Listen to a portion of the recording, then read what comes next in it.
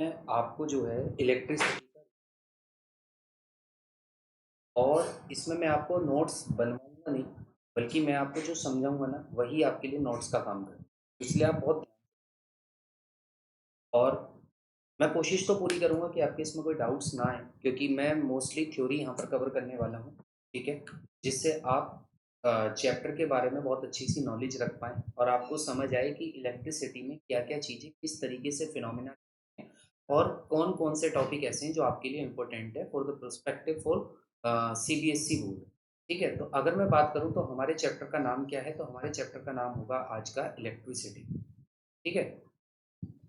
Electricity और ये आपका क्लास 10th का फिजिक्स का पहला चैप्टर है। इस चैप्टर की अगर मैं बात करूँ तो देखो इलेक्ट्रिसिटी समझने से पहले हमें समझना होगा इलेक्ट्रिक चार्ज के बारे में, ठीक है? हमें समझना होगा इलेक्ट्रिक चार्ज के बारे में। जिस तरीके से मैं ऑफ़लाइन में बिल्कुल पढ़ाता हूँ, उसी तरीके से मैं आपको यहाँ पर भी समझाऊँगा। तो अगर आप नोट्स बनाना भी चाहें, तो जो मैं यहाँ पे लिखवा रहा हूँ, वो आप क्विक रिवीज़न के रूप में, नोट्स के रूप में बना सकते हो, ठीक है? डिटेल्ड नोट्स तो मैं आपको ऑलरेडी करवा चुका हूँ और अगर आपको फिर भी उसके बाद पीडीएफ भी चाहिए, तो वो आपको एप्लीकेशन से मिल जाएगी। ठीक है? अगर मैं इलेक्ट्रिक चार्ज की बात करूँ तो वास्तव में इलेक्ट्रिक चार्ज होता क्या है? देखो मैंने आपसे कहा था कि अगर हम चार्ज को देखें, तो चार्ज अपने आप में क्या है? भई अगर हम थोड़ा-सा केमिस्ट्री वाले पोर्शन पर आ जाएँ तो केमिस्ट्री में एक नाम है एटम, ठीक है? आप सभी ने इसका नाम ज़रूर सुना होगा, ठीक है? और इसी एटम के 3 सब एटॉमिक पार्टिकल होते हैं जिन्हें आप इलेक्ट्रॉन, प्रोटॉन और न्यूट्रॉन के नाम से जानते हैं। ये जो इलेक्ट्रॉन होता है, कहा जाता है कि इलेक्ट्रॉन नेगेटिवली चार्ज्ड होता है, जबकि प्रोटॉन आपका पॉज़िटिवली चार्ज्ड होता है। तो वास्तव में 2 ही तरीके के आपके चार्ज आपको देखने को मिल सकते हैं। जिस तरीके से 2 तरह के व्यक्ति आपको देखने को मिलते हैं, ठीक उसी तरीके से फिज़िक्स में भी 2 ही तरह के चार्ज होते हैं। देखो अगर मैं व्यक्तियों की बात करूँ, एक व्यक्ति ऐसा होगा जो आपको मोटिवेट करेगा और एक व्यक्ति ऐसा होगा जो आपको डिमोटिवेट। एक व्यक्ति ऐसा होगा जिसका सकारात्मक प्रभाव आपके ऊपर होगा, एक व्यक्ति ऐसा होगा जिसका नकारात्मक प्रभाव आपके ऊपर। तो इसी प्रकार से चार्ज भी 2 तरीके के ही होते हैं, ठीक है? एक हमारा होता है नेगेटिव चार्ज, एक हमारा होगा नेगेटिव चार्ज और एक हमारा होगा पॉज़िटिव चार्ज। अगर हम नेगेटिव चार्ज की बात करें तो नेगेटिव चार्ज को आप माइनस से और पॉज़िटिव चार्ज को आप प्लस से डिनोट करें, ठीक है?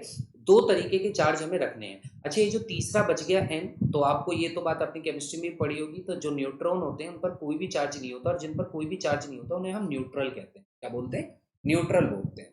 तो किसी भी कंडक्टर में करंट का तब तक फ्लो नहीं हो सकता जब तक वहाँ पर चार्ज आपको ना पता हो। तो किसी भी इलेक्ट्रिसिटी चैप्टर पढ़ने से पहले जो उसका सबसे बेसिक अगर कोई टॉपिक है तो वो है इलेक्ट्रिक चार्ज। अगर आपको चार्ज पता है तो आप करंट समझ जाओगे और करंट और चार्ज दोनों पता होने के बाद आप पोटेंशियल समझ जाओगे। ठीक है? तो अगर हम बात करें नेगेटिव और पॉजिटिव चार्ज की बात, तो नेगेटिव और पॉजिटिव चार्ज को लेकर 2 हमारी प्रॉपर्टी होती हैं। पहली प्रॉपर्टी ये कहता है कि लाइक चार्ज का मतलब क्या होता है? एक जैसे चार्ज। यानी कि लाइक चार्ज में आप पॉज़िटिव पॉज़िटिव की बात कर रहे हो या फिर नेगेटिव नेगेटिव की बात कर रहे हो। अगर हम लाइक चार्जेस की बात करें तो हमारे जो लाइक चार्जेस होते हैं, वो हमेशा एक दूसरे से क्या होते हैं? रिपेल होते हैं। क्या होते हैं? रिपेल होते हैं। रिपेल का मतलब क्या होता है? वो एक दूसरे के दूर भागते हैं, मतलब एक दूसरे से दूर होना चाहते हैं। ठीक है? अगर आप पॉज़िटिव चार्ज को पॉज़िटिव चार्ज के ही पास संपर्क में लाना चाहोगे, तो 2 पॉज़िटिव चार्ज एक दूसरे को दूर हो जाएँगे। ऐसे ही 2 नेगेटिव चार्ज एक दूसरे से दूर हो जाएँगे। ठीक है? सेम ऐसे ही जैसे मैग्नेट में होता है। मैग्नेट में अगर आप एक ही सिरे से दोनों मैग्नेट को मिलाना चाहो तो वो नहीं मिलेंगी। क्यों नहीं मिलेंगी? क्योंकि सेम पोल भी हमेशा रिपेल कर जाते हैं। चार्ज भी यही है कि सेम चार्ज हमेशा रिपेल करेगा। ठीक है? लेकिन अगर अनलाइक चार्ज आपका आया अगर अनलाइक चार्ज आपका आया, तो अनलाइक चार्ज मतलब एक ही कंडीशन यहाँ पर होगी कि एक पॉजिटिव और एक नेगेटिव। अगर दोनों अलग-अलग चार्ज हुए, तो उस केस में दोनों चार्ज एक दूसरे को क्या हो जाएँगे? अट्रैक्ट हो जाएँगे। अट्रैक्ट का मतलब तो आप समझते हो, एक दूसरे की तरफ आकर्षित हो जाएँगे या एक दूसरे की तरफ खींचे चले आएँगे। ठीक है? और वो जिस फ़ोर्स से रिपेल हो रहे हैं या जिस फ़ोर्स से वो अट्रैक्ट हो रहे हैं, इस फ़ोर्स को यानी कि 2 चार्जेस के बीच में लगने वाले फ़ोर्स को, वेदर वो चार्ज कोई भी हो, डिपेंड करता है कि आपका चार्ज का नेचर कोई भी हो, कोई मैटर नहीं, लेकिन 2 चार्जेस के बीच में लगने वाला जो फ़ोर्स होता है, उस फ़ोर्स का नाम भी आप हमेशा याद रखना। 2 चार्जेस के बीच में लगने वाले फ़ोर्स को हम इलेक्ट्रोस्टैटिक फ़ोर्स के नाम से जानते हैं। किसके नाम से जानते हैं? इलेक्ट्रोस्टैटिक फ़ोर्स के नाम से जानते हैं। इलेक्ट्रोस्टैटिक फ़ोर्स, ये जो शब्द आपके सामने है, इसी शब्द से आप समझ जाएँगे इलेक्ट्रो का मतलब क्या होता है? इलेक्ट्रो का मतलब इलेक्ट्रॉन से है और स्टैटिक का मतलब है आपका चार्ज एट रेस्ट, यानी कि स्टैटिक का मतलब क्या होगा कि चार्ज को रेस्ट में रखा हुआ है। जब आप दो चार्जेस को रेस्ट में रखकर उनका फोर्स कैलकुलेट करते हैं तो उसी फोर्स को हमने नाम क्या दिया है, इलेक्ट्रोस्टैटिक फोर्स नाम दिया है। और इस इलेक्ट्रोस्टैटिक फोर्स को सबसे पहले जिसने कैलकुलेट किया था उस साइंटिस्ट का नाम था कूलम। क्या नाम था? कूलम। और यही कारण है कि हम इलेक्ट्रिक चार्ज की जो एसआई यूनिट होती है, इलेक्ट्रिक चार्ज की जो आपकी एसआई यूनिट होती है, ठीक है, उसी को हम कूलम्स के नाम से ही जानते हैं। अब आपको समझ आया कि आपके चार्ज की एसआई यूनिट कूलाम क्यों है, क्योंकि कूलाम ही वो साइंटिस्ट हैं जिसने इलेक्ट्रोस्टैटिक फोर्स को कैलकुलेट किया था सबसे पहली बार। हालांकि आपके लिए इंपॉर्टेंट तो नहीं है, लेकिन अगर आप नोट करना चाहो तो बिल्कुल कर सकते हो। और इलेक्ट्रोस्टैटिक फोर्स जो आपका होता है, अब याद रखना, इलेक्ट्रोस्टैटिक फोर्स हमेशा कहाँ लग रहा है? दो चार्जेस के बीच में लग रहा है। ये डिपेंड करता है कि चार्जेस कैसे हैं। इलेक्ट्रोस्टैटिक फोर्स कब ज्यादा होगा? जब सेम चार्जेस के बीच में लगेगा या जब डिफरेंट चार्जेस के बीच में लगेगा? तो देखो, इलेक्ट्रोस्टैटिक फोर्स सबसे ज्यादा तब होगा जब वो डिफरेंट चार्जेस के बीच में लग रहा होगा, क्योंकि उस केस में आर आपका बहुत कम हो जाएगा। ठीक है, तो इलेक्ट्रोस्टैटिक फोर्स की अगर मैं बात करूं तो हमारा इलेक्ट्रोस्टैटिक फोर्स होता है 1/4 pi epsilon naught Q1 Q2 upon R²। Again मैं कह रहा हूं, अगर आपको ये समझ भी नहीं आ रहा तो कोई मैटर नहीं करता, ये आपके लिए नेसेसरी है नहीं। ये मैंने आपको इसलिए समझाया जिससे आप ये समझ पाओ कि ऐसा यूनिट कूलाम क्यों रखी गई है। ठीक है, तो चार्ज की ऐसा यूनिट क्या रखी गई है? कूलाम रखी गई है। और इलेक्ट्रोस्टैटिक फोर्स किसने कैलकुलेट किया? वो भी कूलाम ने किया था, इसलिए चार्ज के ऐसा यूनिट कूलाम के नाम पर। ठीक है, इसके बाद चार्ज से रिलेटेड कुछ बातें अगर हम बात करें तो चार्ज की कुछ प्रॉपर्टीज होती हैं। अब चार्ज की क्या प्रॉपर्टीज होती हैं? देखो, सबसे पहली प्रॉपर्टी होती है कि जो चार्ज होता है ना, इट इज एडिटिव। ये हमेशा एडिटिव होता है नेचर में।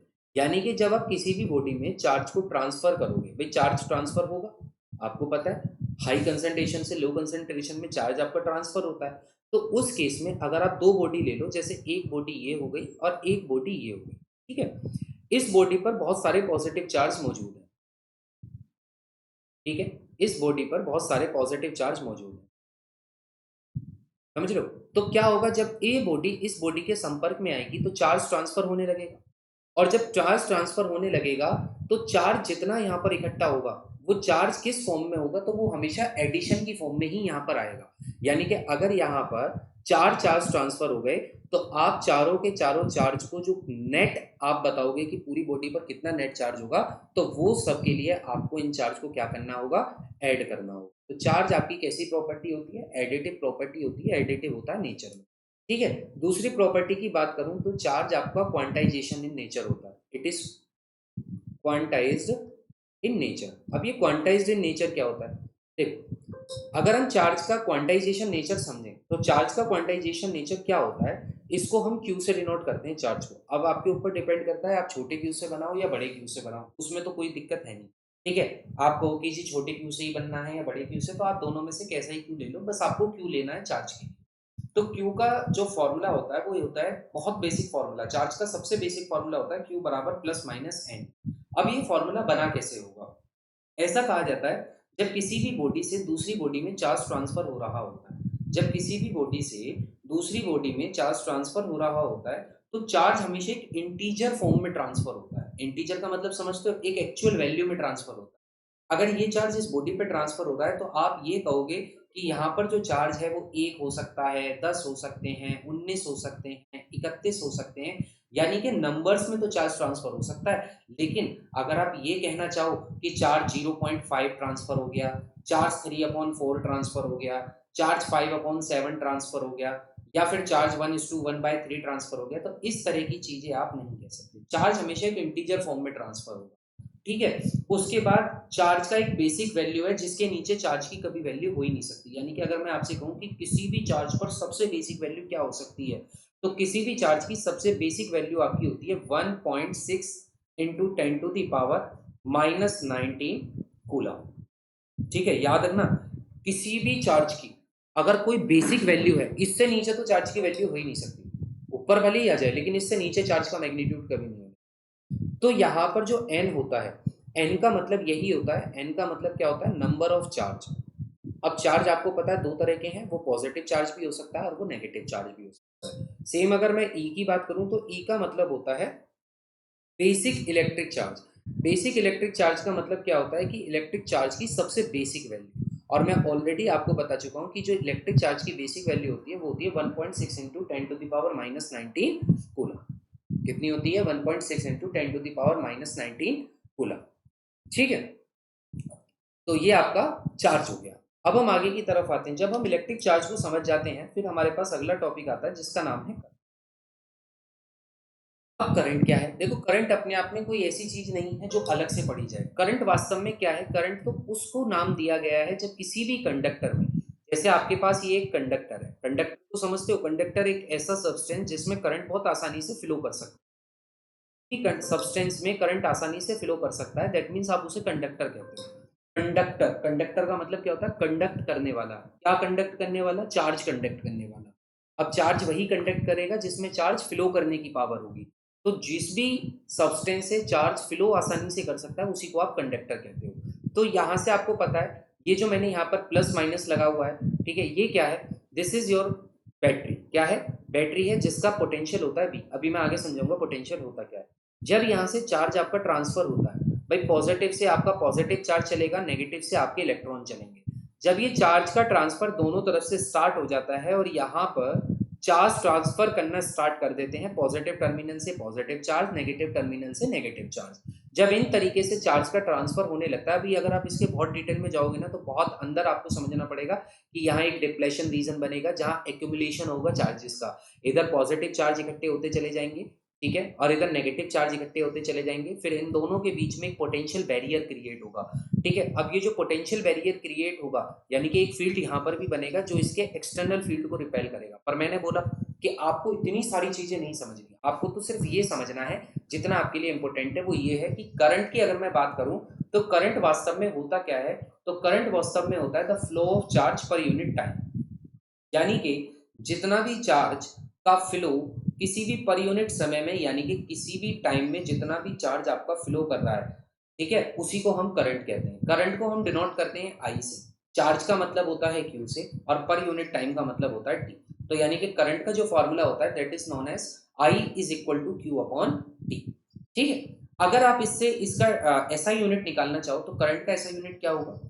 आप कहोगे करंट की ऐसा यूनिट ये होगी, क्योंकि क्यू हमने पढ़ा है कि वो कूलाम होता है, जबकि टाइम सभी जानते हो कि सेकंड में होता है। तो आप पहली ऐसा यूनिट तो ये भी कह सकते हो कि कूलाम पर सेकंड करंट की ऐसा यूनिट होती है। और एक इसकी जो डिटरमाइंड एसआई यूनिट है, यानी कि जो सबसे ज्यादा जानी जाती है करंट की एसआई यूनिट, उसका नाम है एम्पियर। क्या है? एम्पियर। एम्पियर को आप कैपिटल ए से डिनोट करते हैं। तो याद रखना करंट की दोनों ही एसआई यूनिट हो सकती हैं। एमसीक्यू में हमें कभी कभी कंफ्यूज कर देता है, ठीक है, और कंफ्यूज इसी बात को लेकर कर देता है। आप तो सोचते हो कि मैंने तो एम्पियर पढ़ी थी यार, ठीक है, यहाँ कूलाम पर सेकंड कैसे आ गया? अब आपको यही नहीं पता चलेगा कूलाम पर सेकंड भी जो है वो करंट की एसआई यूनिट है, क्योंकि भैया दोनों ही एसआई यूनिट आपकी करंट की हैं, लेकिन सबसे ज्यादा यूज होने वाली जो है वो एम्पियर है। ठीक है, अब अगर हम बात करें तो कोई ऐसी डिवाइस जो करंट को मेजर कर सकती है, तो बिल्कुल ऐसी भी एक डिवाइस है जो करंट को मेजर कर सकती है, और इसी डिवाइस को हम एम मीटर के नाम से जानते हैं। एम मीटर क्या होती है? एम मीटर आपकी वो डिवाइस होती है which is use to measure the electric current, जो किसी भी सर्किट के इलेक्ट्रिक करंट को मेजर करती है। इसके बारे में दो बातें आपको समझनी है। पहली बात आपको ये समझनी है कि एम मीटर एक लो रेजिस्टेंस डिवाइस है। एम मीटर आपकी एक लो रेजिस्टेंस डिवाइस है, ठीक है। और दूसरी बात आपको समझनी है कि ये हमेशा जो है वो कनेक्ट रहती है किस में? सीरीज में। एमीटर को हमेशा किस में कनेक्ट किया जाता है? तो सीरीज में ही कनेक्ट किया जाता है। अभी आपको ये दोनों बातें इसलिए समझ नहीं आएंगी क्योंकि अभी आपने रेजिस्टेंस और सीरीज कॉम्बिनेशन पढ़ा नहीं है। फिलहाल आप इन दोनों बातों के लिए यहाँ पर एक इंपॉर्टेंट मार्क कर लो, क्योंकि मैं आपको ये आगे बताऊंगा कि इसको लो रेजिस्टेंस क्यों रखा गया है और इसको सीरीज में ही कनेक्ट क्यों करा गया है। दोनों चीजें मैं आपको क्लियर करने वाला हूं। ठीक है, मैं एक जल्दी से समअप कर देता हूँ। हमने पढ़ा कि जो हमारा चार्ज होता है वो दो तरीके का होता है, पॉजिटिव और नेगेटिव चार्ज। लाइक चार्जेस हमेशा एक दूसरे को रिपेल करते हैं, अनलाइक चार्जेस हमेशा एक दूसरे की तरफ अट्रैक्ट। के बीच में लगने वाले फोर्स को हम इलेक्ट्रोस्टैटिक फोर्स बोलते हैं। इलेक्ट्रोस्टैटिक फोर्स का मैंने मैग्नीट्यूड भी यहाँ लिख दिया है 1/4 note Q1 Q2 upon are square, जिसकी आपको नेसेसरी अभी आपको इसकी जरूरत है नहीं। ऐसे यूनिट की बात करूं तो कूलाम ने इलेक्ट्रोस्टैटिक फोर्स को कैलकुलेट किया था, इसलिए इसकी ऐसा यूनिट कूलाम होती है। प्रॉपर्टीज की बात करूं तो चार्जेस हमेशा एडिटिव नेचर के होंगे और चार्जेस के ऊपर क्वांटाइजेशन नेचर होगा, यानी कि चार्ज हमेशा एक इंटीजर फॉर्म में ट्रांसफर होगा और चार्ज की एक बेसिक वैल्यू होगी जिसके नीचे चार्ज की वैल्यू हो ही नहीं सकती, दैट इज 1.6 into 10⁻⁹ कूलम। उसके बाद मैंने आपको बताया कि अगर किसी भी कंडक्टर में चार्जेस का फ्लो होना स्टार्ट हो जाता है तो उस केस में करंट आपका बनना पैदा हो जाता है। ठीक है, अब उसकी एसआई यूनिट भी मैंने आपको बता दिया, कूलाम पर सेकंड भी हो सकती है, एम्पियर भी हो सकती है। करंट को मेजर करने वाली डिवाइस का नाम एमीटर है। आगे की तरफ आते हैं, ये हमारा आता है पोटेंशियल डिफरेंस। अब पोटेंशियल डिफरेंस क्या होता है? ठीक है, अब पोटेंशियल डिफरेंस से चार्ज और करंट दोनों चीजों को समझ जाओगे। देखो, ये आपका एक सर्किट है। ठीक है, अभी तो मैं आपको कंडक्टर ऐसे बना के दिखा रहा हूँ, फिर आपको जब रेजिस्टेंस बताऊंगा फिर मैं इसकी जगह रेजिस्टेंस का साइन इस्तेमाल करूंगा। ठीक, पॉजिटिव नेगेटिव, ये हमारा कंडक्टर है। अच्छा, आपको एक चीज और मैं बताना भूल गया, पीछे वाले में आप ऐड कर लेंगे। करंट की हम जो डायरेक्शन लेते हैं, देखो करंट की जो डायरेक्शन ली जाती है वो भी आप हमेशा याद रखना कि हम करंट की डायरेक्शन को हमेशा पॉजिटिव टू नेगेटिव लेते हैं। क्या कहते हैं? पॉजिटिव टू नेगेटिव, यानी कि करंट हमेशा पॉजिटिव से निकलेगा और नेगेटिव की तरफ वापस आ जाएगा, नेगेटिव की तरफ वापस आ जाएगा। ठीक है, लेकिन क्या करंट की बस यही डायरेक्शन हो सकती है? तो नहीं। देखो, करंट की अगर आप डेफिनेशन पढ़ो तो करंट की डेफिनेशन कहती है कि फ्लो ऑफ चार्ज। करंट की डेफिनेशन कहीं भी ये नहीं कहती कि flow of only positive charge या flow of only negative charge. लेकिन फिर भी हम करंट की डायरेक्शन को पॉजिटिव से नेगेटिव लेते हैं और इसी डायरेक्शन को हम एक नाम देते हैं जिसे हम कहते हैं कन्वेंशनल डायरेक्शन। क्या कहते हैं? Conventional direction. ठीक है, अगर आप इलेक्ट्रॉन की डायरेक्शन से करंट को देखोगे तो उसको हम इलेक्ट्रॉनिक करंट कहते हैं, लेकिन इलेक्ट्रॉनिक करंट का मैग्नीट्यूड बहुत कम होता है, इसलिए हम उसकी डायरेक्शन को ना लेकर कन्वेंशनल करंट की डायरेक्शन लेते हैं कि हम हमेशा मानते हैं करंट पॉजिटिव से नेगेटिव की तरफ जाए। ठीक है, अब अगर हम इधर आए तो आप सभी जानते हैं करंट की डायरेक्शन तो इधर से इधर ही होने वाली है, पॉजिटिव से नेगेटिव जाएगा तो आई इधर से चलेगा और इधर से वापस आ जाएगा। ठीक है, अब आप मुझे ये बताओ, अगर मैं ये बैटरी ना लगाता, थोड़ी देर के लिए आप ये समझना, अगर मैं इस सर्किट में बैटरी ना लगाता तो इससे क्या फर्क पड़ता? ठीक है, तो इससे क्या फर्क पड़ता बताओ, अगर इस सर्किट में बैटरी ना लगी हुई होती? तो आप कहते अगर इस सर्किट में ये बैटरी ही नहीं लगी हुई होती तो भैया फिर तो करंट इसमें फ्लो ही नहीं करता। एग्जैक्टली exactly, यानी कि करंट फ्लो करवाने का काम कर कौन रहा है? पोटेंशियल डिफरेंस कौन क्रिएट कर रहा है? बैटरी ही तो क्रिएट करती है। तो आप याद रखना, जब भी आप पोटेंशियल डिफरेंस का जिक्र करोगे तो दिमाग में हमेशा जिक्र रखना बैटरी का। ठीक है, या फिर आप सेल का भी कह सकते हो। अब सेल और बैटरी दोनों अलग अलग होते हैं क्योंकि कॉम्बिनेशन ऑफ सेल ही आपका बैटरी बनता है। ठीक है, फिलहाल हम बैटरी से समझ सकते हैं। बैटरी आप सभी जानते हो, सेल भी जानते हो। रिमोट में, घड़ी में, ना जाने कितनी जगह आप सेल का इस्तेमाल करते हो। ठीक है, या बैटरी का इस्तेमाल करते हो। अगर किसी भी सर्किट में बैटरी या सेल ना हो या पावर ही ना है, ठीक है, आप सोचो कि लाइट नहीं आ रही तो पंखा कैसे चलेगा? अब आप सोचोगे जी इन्वर्टर से चल जाएगा। मैं कह रहा हूँ इन्वर्टर भी नहीं है आपके घर में, आपका आपका सिर्फ पंखा डिपेंड ही बिजली के ऊपर है। ठीक है, अब बिजली भी नहीं आ रही तो बताओ पंखा चलेगा या नहीं चलेगा? नहीं चलेगा ना, क्योंकि जब बिजली आएगी तो वो चार्ज को फ्लो करवाएगी और जब चार्ज फ्लो करेगा तो करंट बनेगा और जब करंट बनेगा तो पंखा उस करंट को लेगा और अपना काम करना स्टार्ट कर देगा। तो अगर हम बात करें, ये सारा प्रोसेस करवाने की जिम्मेदारी है किसके ऊपर? बिजली के ऊपर। सेम ऐसी किसी भी सर्किट में पोटेंशियल क्रिएट करने की जिम्मेदारी किसके ऊपर होती है? बैटरी के ऊपर।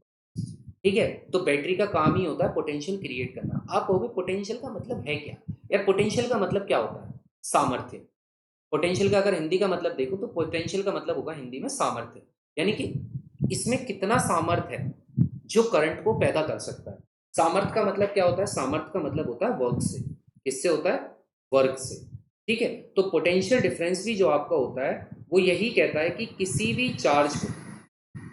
भी चार्ज को मूव करवाने के लिए जितना भी काम करना पड़ता है, the work done to move और to bring the charge from one location to another location is known as potential difference. यानी कि जितना भी काम किसी भी चार्ज को एक जगह से दूसरी जगह ले जाने में करना पड़ता है वही आपका पोटेंशियल डिफरेंस कहलाता है। इससे आसान शब्दों में और आपको क्या समझाया जाए? ठीक है, पोटेंशियल डिफरेंस को हम V से डिनोट करते हैं, वर्क को आप W से, और चार्ज को तो मैंने अभी आपको बताया था Q से डिनोट। तो यहां से हमें एक फॉर्मूला मिलता है that is V is equal to W upon Q।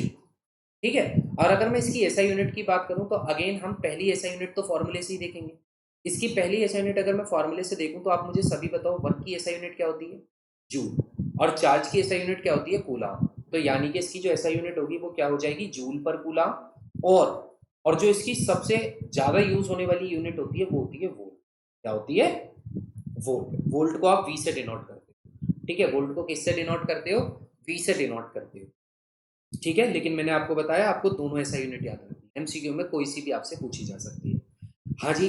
अब अगली बात आती है, क्या आप इसे डिवाइस को भी मेजर करने वाली कोई ऐसी डिवाइस है जो पोटेंशियल को मेजर कर सकते हैं? बिल्कुल, उसका नाम होता है वोल्ट मीटर।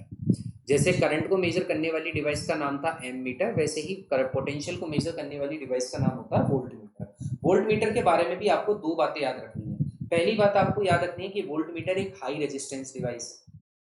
वोल्ट मीटर एक हाई रेजिस्टेंस डिवाइस है। और दूसरी बात आपको याद रखनी है कि वोल्ट मीटर हमेशा पैरेलल में कनेक्ट होता है। It is always connected in parallel combination, ठीक है। अभी अब से अगला मतलब दो टॉपिक बाद आपको यही मैं बताने वाला हूँ, सीरीज और पैरेलल क्या होगा। तो एक तो वोल्ट मीटर आपकी हाई रेजिस्टेंस डिवाइस होती है, दूसरा ये पैरेलल कॉम्बिनेशन है, ठीक है। अच्छा, अगर आपको मैं दिखाऊं कि वोल्ट मीटर कैसा होता है, तो वोल्ट मीटर जहां भी आप वोल्ट मीटर को देखोगे वहां इस तरह का एक सर्कल होगा और उस पर वी लिखा हुआ मिलेगा, ठीक है। पॉजिटिव नेगेटिव वो तो आपको पता है, टर्मिनल से जोड़े जाएंगे। एम मीटर की अगर मैं बात करूं, तो एम मीटर जहां भी आप देखोगे एम मीटर ऐसा ही होगा, उसके बीचों बीच सर्कल के बीच में ए लिखा हुआ होगा और वो भी आपका सर्किट से कनेक्टेड, ठीक है। इसका सबसे आसान तरीका मैं आपको देखने के लिए बता देता हूँ। आपके घर में जो आपका समर सेवी लगा हुआ है, जो मोटर लगा हुआ है, उस मोटर का आप मीटर देखना। मीटर में दो आपको मीटर मिलेंगे, एक पे वी लिखा हुआ होगा और एक पे ए लिखा हुआ होगा। तो वी वाला हमेशा वोल्टेज को दिखाता है, यानी कि वो वोल्टेज को नाप रहा होता है। और एम मीटर यानी कि जिस पर ए लिखा हुआ है वो हमेशा करंट को दिखाए, ठीक है। तो एम मीटर उस वाले केस में आपका हमेशा सीरीज में कनेक्टेड होगा और वोल्ट मीटर हमेशा आपका पैरेलल में कनेक्टेड होगा। आई बात समझ? ठीक है। इसके बाद अगर हम अगली बात करें, तो अब हमारे बहुत अच्छा यहाँ पर एक लो आएगा, जिस लो का नाम है जी ओम्स लो। का नाम है ओम्स। ये आपका वेरी वेरी इंपॉर्टेंट टॉपिक है, ओम्स लो जो है, ठीक है, बहुत इंपॉर्टेंट टॉपिक है। ओम्स नाम के साइंटिस्ट ने क्या कहा? ओम्स कहते हैं कि अगर किसी कंडक्टर में हम उसके टेम्परेचर के साथ छेड़छाड़ी करें, तो क्या कुछ ऐसी अलग चीज हमें देखने को मिल सकती है? तो बिल्कुल, उन्होंने ये चीज कर कर देखी।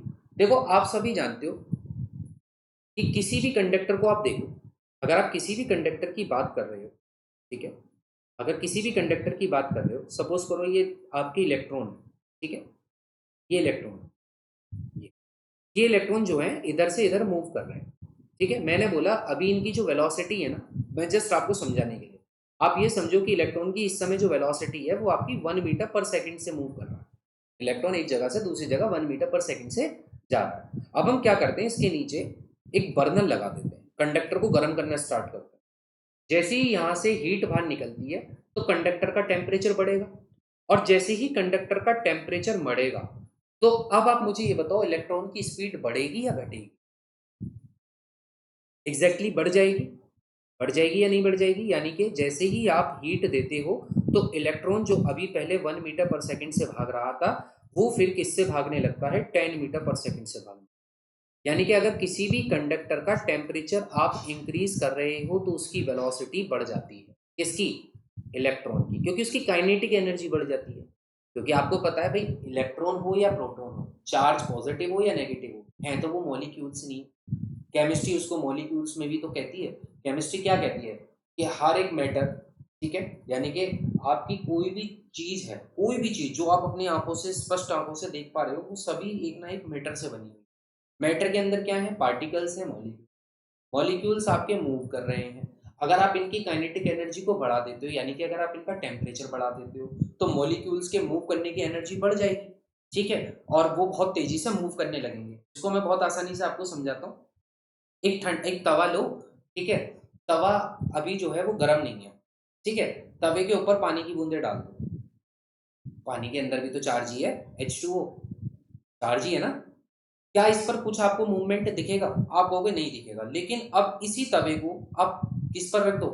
आंच पर रख दो, ठीक है। जैसे ही आप ऐसा करोगे, तो पानी की बूंदें बहुत तेजी से उछलना स्टार्ट कर देंगी। यानी कि जो अभी तक वेलोसिटी ना के बराबर थी, वो वेलोसिटी मॉलिक्यूल्स में तुरंत आने स्टार्ट हो जाएगी। तो इसका मतलब जैसे जैसे टेम्परेचर बढ़ता है कंडक्टर का या किसी भी सब्सटेंस का, तो उसके मॉलिक्यूल्स का मोशन भी बढ़ जाता है। ओम्स लो ने इसी को स्टडी करके एक लो दिया। ओम्स लो कहते हैं कि अगर किसी भी कंडक्टर का टेम्परेचर कांस्टेंट कर दिया जाए, यानी कि कांस्टेंट का मतलब ये नहीं होता कि आप टेम्परेचर जीरो कर रहे हो, कांस्टेंट का मतलब होता है कि आप उसके चेंज को जीरो कर रहे हो, यानी कि आप टेम्परेचर को ना तो बढ़ाओगे ना घटाओगे। ठीक है, अगर किसी भी कंडक्टर के टेम्परेचर को कांस्टेंट कर दिया जाए तो सर्किट में जो पोटेंशियल डिफरेंस होगा, जो सर्किट का पोटेंशियल डिफरेंस होगा, यानी कि जो सर्किट में बैटरी लगी हुई होगी उसके द्वारा जो चार्जेस को मूव करने का पोटेंशियल क्रिएट करा जा रहा होगा, वो हमेशा डायरेक्टली प्रोपोर्शनल हो जाएगा करंट के डायरेक्टली प्रोपोर्शनल हो जाएगा। यानी कि अगर हम टेम्परेचर में कोई छेड़छाड़ी ना करें तो फिर जितना बैटरी काम करेगी उतना ही करंट बनेगा। यानी कि अगर 100% बैटरी काम कर रही है तो 100% करंट भी उसी हिसाब से बढ़ेगा या घटेगा। ठीक है, जब इस डायरेक्टली प्रोपोर्शनल साइन को आप हटाते हो तो यहां पर आपका एक कांस्टेंट आता है जिसे ओम्स लॉ ने आर रखा। क्या रखा? आर रखा। और इसी आर को, ये था तो प्रोपोर्शनलिटी कांस्टेंट। प्रोपोर्शनलिटी कांस्टेंट का मतलब क्या होता है? प्रोपोर्शनलिटी कांस्टेंट का मतलब होता है एक ऐसा कांस्टेंट जो डायरेक्टली प्रोपोर्शनल का साइन हटाकर आता है। ठीक है, किसका साइन हटा के आता है? प्रोपोर्शनल का साइन हटा के आता है। तो ये प्रोपोर्शनलिटी कांस्टेंट है, प्रोपोर्शनलिटी कांस्टेंट। ठीक है, उन्होंने इसको प्रोपोर्शनलिटी कांस्टेंट रखा, डिनोट आर से किया, और यही कहलाया आपका रेजिस्टेंस। क्या कहलाया? रेजिस्टेंस।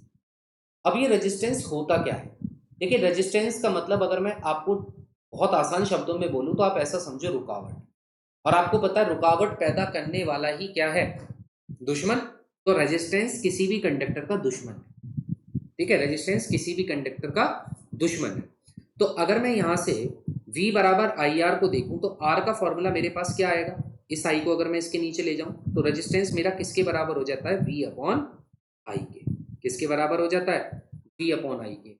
इफ अगर पोटेंशियल डिफरेंस को मैं कांस्टेंट कर दूं, पोटेंशियल डिफरेंस कांस्टेंट का मतलब अगर बैटरी कांस्टेंट अपना काम कर रही है, बैटरी में ना तो पोटेंशियल बढ़ रहा है ना घट रहा है, कांस्टेंट फ्लो हो रहा है, तो उस केस में आपको जो रेजिस्टेंस होगा वो डायरेक्टली किस पे डिपेंड आ जाएगा? वो इनवर्सली प्रोपोर्शनल डिपेंड हो जाएगा किस पर? करंट पर। किस पर हो जाएगा? करंट पर। देखो, जब दोनों क्वांटिटी आमने सामने होती हैं तो इसको कहा जाता है डायरेक्टली। क्या कहा जाता है? Directly proportional. लेकिन जब एक क्वांटिटी ऊपर हो एक क्वांटिटी नीचे हो तो इसको नाम दिया जाता है इनवर्सली प्रोपोर्शनल। इनवर्स का मतलब क्या होता है? उल्टा, रिवर्स में, रेसिप्रोकल में। तो इसका सीधा सीधा तात्पर्य क्या होगा? अब यहां से दो बातें आपको समझनी है, इसी वाले से आपको दो बातें समझनी। क्या? पहली बात तो ये समझनी है, अगर अगर आपका आई इंक्रीज करा, थोड़ा सा मैं सही तरीके से लिख देता हूं। ठीक है, इफ अगर करंट आपका इंक्रीज करा तो करंट तो अगर बढ़ेगा, अब देखो जब एक दूसरे के अपोजिट होते हैं तो अगर ये बढ़ेगा तो ये घट जाएगा, ये घटेगा तो वो बढ़ जाएगा, मतलब जस्ट उल्टा होगा। अगर किसी भी सर्किट में करंट का फ्लो ज्यादा है दैट मीन्स उसका रेजिस्टेंस क्या होगा? क्या होगा? हमेशा कम ही होगा। लेकिन वहीं अगर किसी भी सर्किट में रेजिस्टेंस ज्यादा है, अगर रेजिस्टेंस किसी भी सर्किट का ज्यादा है तो उस केस में करंट जो होगा वो हमेशा कम ही होगा। क्या होगा? कम ही होगा। ठीक है, अब ये रेजिस्टेंस होता क्या है? तो देखो, जब, जैसे आपको पता है न्यूटन का थर्ड लॉ क्या कहता था? न्यूटन का थर्ड लॉ कहता था for every action there is a equal and opposite reaction. हर एक्शन का एक रिएक्शन होगा ही होगा। तो जब चार्जेस फ्लो कर रहा है, सपोज करो पॉजिटिव से नेगेटिव चार्ज लेते हैं ना, चार्जेस फ्लो कर रहा है, तो चार्जेस का फ्लो इधर है, ये है एक्शन। तो क्या इसके रिवर्स में कंडक्टर कोई रिएक्शन भी देगा? तो बिल्कुल देगा। ये रिएक्शन होगा जो कंडक्टर के जाएगा। ठीक है, और इसी रिएक्शन को क्या कहा जाता है? इसी रिएक्शन को हम नाम देते हैं रेजिस्टेंस। क्या नाम देते हैं? रेजिस्टेंस। तो यानी कि जो रुकावट पैदा करता है वही कहलाता है रेजिस्टेंस। जैसे आप चलते हो, आपके चलते चलते चप्पल घिस जाती है, गाड़ियों के टायर घिस जाते हैं। क्यों घिस जाते हैं? क्योंकि आप जब चलते हो तो वो एक्शन होता है। लेकिन न्यूटन का तीसरा नियम ये कहता है कि इस संसार में आप जितना कार्य कर रहे हो उतना रिवर्स कार्य भी आपके ऊपर हो रहा होता है। यानी कि जितना आप एक्शन कर रहे होते हो उतना रिएक्शन भी आपके ऊपर हो रहा होता है। तो जब आप आगे की तरफ चल रहे होते हो तो पीछे की तरफ एक फोर्स आपको खींचने के लिए हमेशा लगेगा, जिसको आप फ्रिक्शन का नाम देते हो। ठीक है, सॉलिड के केस में जिसको आप फ्रिक्शन कहते हो, लिक्विड के केस में जिसको आप विस्कस फोर्स कहते हो, इलेक्ट्रिसिटी के केस में उसे रेजिस्टेंस नाम दिया जाता है। तो बस आपको याद रखना है, रेजिस्टेंस हमेशा क्या कहेगा, रेजिस्टेंस हमेशा अपोज करेगा किसको, चार्जेस के फ्लो को। It always oppose the flow of charge, ये हमेशा चार्ज के फ्लो को अपोज करने का ही काम करेगा। ठीक है, बात आ गई समझ। यानी कि अगर मैं आपसे कहूं कि अगर कोई गुड कंडक्टर है, कोई बहुत अच्छा कंडक्टर है, और कंडक्टर वही अच्छा होता है जिसमें करंट ज्यादा फ्लो करे। अगर कोई बहुत ही अच्छा कंडक्टर है तो आपको पता है कंडक्टर तो वही अच्छा होगा जिसमें करंट बहुत अच्छा फ्लो करे। तो याद रखना फिर उस कंडक्टर का रेजिस्टेंस हमेशा कम ही होगा। और अगर कोई बैड कंडक्टर है, जैसे कि इंसुलेटर होता है ना, इंसुलेटर क्या होता है, जिसमें करंट फ्लो नहीं कर सकता। ठीक है, तो अगर कोई ऐसा है तो उसमें करंट हमेशा कम होगा। और वो करंट कम होने की वजह क्या होती है, तो करंट कम होने की वजह होगी कि उसका रेजिस्टेंस ज्यादा होगा। अब ये जो रेजिस्टेंस होता है, रेजिस्टेंस आपकी प्रॉपर्टी भी है और डिवाइस भी है, यानी कि मार्केट में भी अवेलेबल है रेजिस्टेंस को। लेकिन ये प्रॉपर्टी भी है। प्रॉपर्टी का मतलब क्या होता है, आप किसी भी मेटल को देखो, ठीक है, या किसी भी वायर को देखो, वायर भले ही कॉपर की हो, एल्युमिनियम की हो, ठीक है, आपकी या फिर सिल्वर की हो, यानी कि आप किसी भी वायर को ले लो, अगर वायर में करंट फ्लो करेगा तो ये बात पक्की है कि उस वायर का गर्म होना तय है। आप किसी भी तार को देखना, जैसे कोई पतला सा तार आपने लगाया और कोई हैवी अप्लायंसेज उससे चला दिया, ठीक है, मतलब आपने प्रेस चला दी या फिर आपने फ्रिज चला दिया या एसी चला दिया, तो वो तार कुछ समय में गर्म हो जाता है। अब आप मुझे ये बताओ, भाई जा तो करंट ही रहा है ना, हीट तो नहीं जा रही थी ना, करंट ने ऐसा क्या करा कि तार गर्म हो गया, बताओ। तो जो ये हीट हुई वो क्यों हुई, भाई जब दो दुश्मन आपस में लड़ते हैं जब ही तो गर्मा गर्मी होती है। तो वही सेम, जब किसी भी कंडक्टर में चार्ज फ्लो करना चाहेगा तो रेजिस्टेंस हमेशा उसको रोकने का काम करेगा, और इन्हीं के बीच में क्या होगी, गर्मा गर्मी होगी। तो यहां से क्या जनरेट होने लगती है, हीट जनरेट होने लगती है, जिसे आप हीटिंग इफेक्ट ऑफ करंट का भी नाम देते हैं। ठीक है, तो आपने रेजिस्टेंस का फॉर्मूला यहां से क्या निकला, आर बराबर वी अपॉन आई। तो रेजिस्टेंस का एक फॉर्मूला आपको ये याद रखना। ठीक है, और दूसरा फॉर्मूला मैं आपको बता चुका हूं, पोटेंशियल डिफरेंस का एक फॉर्मूला था V बराबर W अपॉन क्यू, और एक फॉर्मूला जो ओम्स ने दिया V बराबर आई आर। ओम्स वाले केस में आप ये भी याद रखना, ओम्स ने कंडक्टर को दो भागों में बांटा। ऐसा नहीं है कि ओम्स ने सिर्फ ओमिक कंडक्टर को ही स्टडी किया, उसने नॉन ओमिक को भी स्टडी किया होगा, तभी ओमिक पे ही पहुंचा होगा। उसने कहा एक कंडक्टर ओमिक होगा और एक कंडक्टर नॉन ओमिक होगा। ओमिक वो कंडक्टर होगा जिसमें टेम्परेचर को कांस्टेंट रखा जाएगा, और नॉन ओमिक वो होगा जिसमें टेम्परेचर को कांस्टेंट नहीं रखा जाएगा, मतलब टेम्परेचर या वेरिएबल में होगा, वो वेरी करेगा। ठीक है, वो बढ़ेगा भी वो घटेगा भी। तो जो ओमिक कंडक्टर होंगे इसमें जो V और I का ग्राफ होगा, यानी कि पोटेंशियल और करंट के बीच में ग्राफ होगा, वो बिल्कुल कांस्टेंट जाएगा, एक सीधी लाइन जाएगी। लेकिन नॉन ओमिक के केस में V और I का जो कर्व होगा वो हमेशा एक क्या होगा, सॉरी, V और I का जो ग्राफ होगा वो हमेशा एक कर्व होगा। ठीक है, ओमिक कंडक्टर वो होते हैं जो ओबे करते हैं किसका, जो ओबे करते हैं या आदर करते हैं किसका, ओम्स लॉ का। ठीक है, और नॉन ओमिक कंडक्टर वो कंडक्टर होते हैं जो ओबे नहीं करते, which do not obey Ohm's law, जो ओम्स लॉ का ओबे नहीं करते। ठीक है, जो ओम्स लॉ की नहीं मानते, ओम्स लॉ की बात को कटाक्ष कर देते हैं, वो आपके नॉन ओमिक कंडक्टर होंगे, और जो ओम्स लॉ को फॉलो करेंगे वो सारे आपके ओमिक कंडक्टर। ठीक है, ओमिक कंडक्टर की खासियत होती है V और I के बीच में इनका ग्राफ हमेशा एक स्ट्रेट लाइन बनती है, जबकि नॉन ओमिक में ये एक कर्व बनता है। बात आ रही है समझ। ठीक है, अगली बात आती है किन किन फैक्टर पर रेजिस्टेंस डिपेंड होता है। फैक्टर्स पर रेजिस्टेंस डिपेंड होता है, सबसे पहले आपको याद रखना है कि किसी भी कंडक्टर का जो रेजिस्टेंस होता है वो डायरेक्टली प्रोपोर्शनल डिपेंड होता है किस पर, लेंथ ऑफ कंडक्टर। यानी कि ये एक कंडक्टर है, ठीक है, इस कंडक्टर की जो भी लेंथ होगी उसके हिसाब से इसका रेजिस्टेंस होगा। अगर कंडक्टर की लेंथ ज्यादा है तो कंडक्टर का रेजिस्टेंस भी ज्यादा ही होगा, कंडक्टर की लेंथ कम है तो कंडक्टर का रेजिस्टेंस भी कम ही रहने वाला है। तो पहला फैक्टर जिस पर रेजिस्टेंस डिपेंड करता है वो लेंथ ऑफ कंडक्टर है। दूसरा फैक्टर जिस पर रेजिस्टेंस डिपेंड करता है वो आपका एरिया ऑफ क्रॉस सेक्शन है। लेकिन एरिया ऑफ क्रॉस सेक्शन पर ये कैसा डिपेंड होता है, इनवर्सली। याद रखना, जब आमने सामने होते हैं तो डायरेक्टली, और जब ऊपर नीचे होते हैं तो इनवर्सली। तो रेजिस्टेंस डायरेक्टली डिपेंड होता है लेंथ ऑफ कंडक्टर पर, और रेजिस्टेंस इनवर्सली डिपेंड होता है किस पर, एरिया पर। और एरिया भी कौन सा वाला, area of cross section. Cross section का मतलब होता है किसी भी कंडक्टर के जो आखिरी छोर होते हैं, जो आखिरी मतलब दो सिरे होते हैं ना, एक स्टार्टिंग का एक लास्ट का, उनका एरिया। ठीक है, बीच से मतलब नहीं है, हम लास्ट का एरिया कह रहे हैं, एंड्स का एरिया कह रहे हैं। ठीक है, तो अगर किसी भी कंडक्टर का एरिया ज्यादा हुआ तो रेजिस्टेंस कम होगा या ज्यादा होगा? कम होगा। क्यों होगा? क्योंकि दोनों इन्वर्सली डिपेंड है। तो अगर रेजिस्टेंस ज्यादा हुआ तो एरिया कम होगा, एरिया कम हुआ तो रेजिस्टेंस ज्यादा होगा, जस्ट उल्टा होगा। लेकिन लेंथ में वो आमने सामने है, तो इसलिए अगर लेंथ बढ़ी तो रेजिस्टेंस बढ़ेगा, लेंथ घटी तो रेजिस्टेंस भी घट जाएगा। ठीक है, तीसरा फैक्टर जिस पर रेजिस्टेंस डिपेंड करता है वो है आपका टेम्परेचर।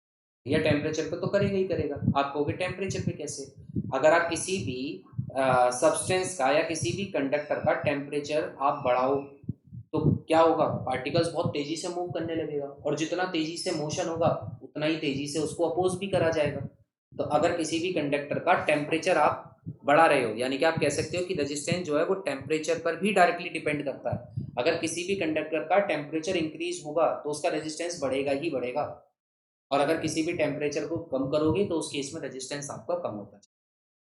ठीक है, और चौथा फैक्टर जिस पर डिपेंड करता है वो होता है नेचर ऑफ मटीरियल। क्या होता है? Nature of material. अब ये नेचर ऑफ मटेरियल क्या होता है? मतलब भाई रेजिस्टेंस किस मटेरियल का बना हुआ है। ठीक है, रेजिस्टेंस किस मटेरियल का बना हुआ है? क्या कॉपर का रेजिस्टेंस है? ठीक है, क्या नाइक्रोम का रेजिस्टेंस है? इस तरीके से किस मेटल का वो बना हुआ है या किस नेचर का है, किस मटेरियल का वो है, उसको आप क्या बोलोगे? Nature of material. तो रेजिस्टेंस इन चार फैक्टर्स पे डिपेंड होता है, लेकिन हमारे लिए दो बहुत इंपॉर्टेंट फैक्टर है, वो है स्टार्टिंग के दो। तो from equation first and second अगर आप दोनों इक्वेशनों को एक साथ कंबाइंड कर कर देखो तो आपको एक परफेक्ट रिलेशन मिलेगा।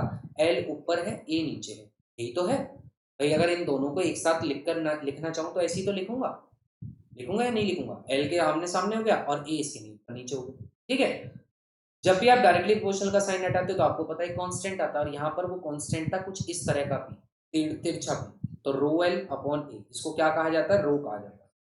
ये जो हमने बनाया है इसको कहा जाता है रो। ठीक है, अब ये जो रो है ये वास्तव में क्या है? ये कहलाती है रजिस्टिविटी। क्या कहलाती है? Resistivity of material. ये मटेरियल की रजिस्टिविटी। ठीक है, ये मटेरियल की क्या है? रजिस्टिविटी है। अब जो रेजिस्टेंस का फॉर्मूला आया वो आया आर बराबर रो एल अपॉन। तो आप याद रखना जो आपका ओरिजिनल फॉर्मूला है ना रेजिस्टेंस का, ये वो है ओरिजिनल फॉर्मूला। रेजिस्टेंस का यही फॉर्मूला होता है रो एल अपॉन ए। ठीक है, वो तो ओम्स लॉ का रिलेशन था, जो आर वी और आई के बीच में रिलेशन था। लेकिन रेजिस्टेंस का अगर एक्चुअल फॉर्मूला कोई है तो वो यही है, आर बराबर रो एल अपॉन ए। यहाँ पर रो का मतलब आपका क्या होता है? रेजिस्टिविटी। क्या होती है? रेजिस्टिविटी। ठीक है, अच्छा एक चीज हम बातों बातों में रह गई, और वो है रेजिस्टेंस का सिंबल। ठीक है, अगर मैं बात करूं रेजिस्टेंस आर से डिनोट होता है, और रेजिस्टेंस की अगर हम एसआई यूनिट की बात करें तो रेजिस्टेंस की एसआई यूनिट क्या होगी? अब आप बताओ रेजिस्टेंस किसने निकाला है, किसने बताया सबसे पहले रेजिस्टेंस के बारे में? ओम्स ने ना। तो इसलिए रेजिस्टेंस की एसआई यूनिट क्या है? ओम। रेजिस्टेंस की एसआई यूनिट ओम। ओम को हम जो सिंबल देते हैं वो ये सिंबल है, हेडफोन जैसा सिंबल। जैसे हेडफोन होता है ना, सेम ऐसा ही सिंबल रेजिस्टेंस का होता है। आप रजिस्टिविटी की बात करते हो तो रजिस्टिविटी की ऐसा यूनिट होती है ओम मीटर। क्या होती है? ओम मीटर। इंपॉर्टेंट है इसकी ऐसा यूनिट, पूछ ली जाती है कि व्हाट इज द ऐसा यूनिट ऑफ रजिस्टिविटी, तो याद रखना ओम मीटर होती है। अब यहां पर मैं आपको इस समझाता हूं। इफ अगर किसी कंडक्टर की लेंथ को मैं 1 मीटर मान लूं, ठीक है, और एरिया को 1 मीटर स्क्वायर मान लो, यानी कि मैं किसी भी कंडक्टर की लेंथ को 1 मान रहा हूं, उसके एरिया को भी 1 मान रहा हूं, तो उस केस में देन आर बराबर क्या हो जाएगा?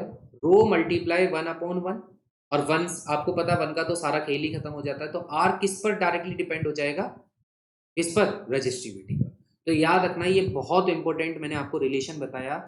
अगर किसी भी कंडक्टर की लेंथ और एरिया में कोई चेंज नहीं हो रहा है, तो अगर किसी कंडक्टर का रेजिस्टेंस बढ़ेगा तो याद रखना उसकी रेजिस्टिविटी भी बढ़ेगी, और किसी कंडक्टर का रेजिस्टेंस कम होगा तो उस केस में उसकी रेजिस्टिविटी भी कम हो जाएगी। यहां से दो बातें याद रखना। अगर किसी कंडक्टर का रेजिस्टेंस ज्यादा है तो इसका मतलब उसकी रेजिस्टिविटी भी इस केस में ज्यादा होगी, जब लेंथ और एरिया को कांस्टेंट कर रहे हो। तो याद रखना वो कैसा कंडक्टर कहलाएगा भैया? जिसका रेजिस्टेंस ज्यादा है, उसमें फ्लो ऑफ चार्जेस कम होगा या ज्यादा होगा? रेजिस्टेंस रोकता है, तो अगर रोकने वाली चीज ज्यादा है तो फ्लो करने वाली कम होगी, यानी कि करंट कम बनेगा। इसका मतलब ये कैसा कंडक्टर होगा? बैड कंडक्टर, अच्छा कंडक्टर नहीं होगा, क्योंकि इसमें बहुत सारा करंट तो लॉस में चला जाए। लेकिन अगर किसी भी कंडक्टर का रेजिस्टेंस कम है तो उसका मतलब उसकी रेजिस्टिविटी भी कम जाएगी, और उस केस में उस कंडक्टर का फ्लो अच्छा होगा, और उसमें जो आपका कंडक्टर होगा वो कैसा होगा? Good conductor. कैसा होगा? गुड कंडक्टर होगा, अच्छा कंडक्टर होगा। ठीक है, बात आ रही है समझ? यहां पर ही एक नोट डालकर और लिख लेना, रजिस्टिविटी कोई डिवाइस नहीं है, तो इसलिए वो लेंथ और एरिया पे तो कभी डिपेंड नहीं करती।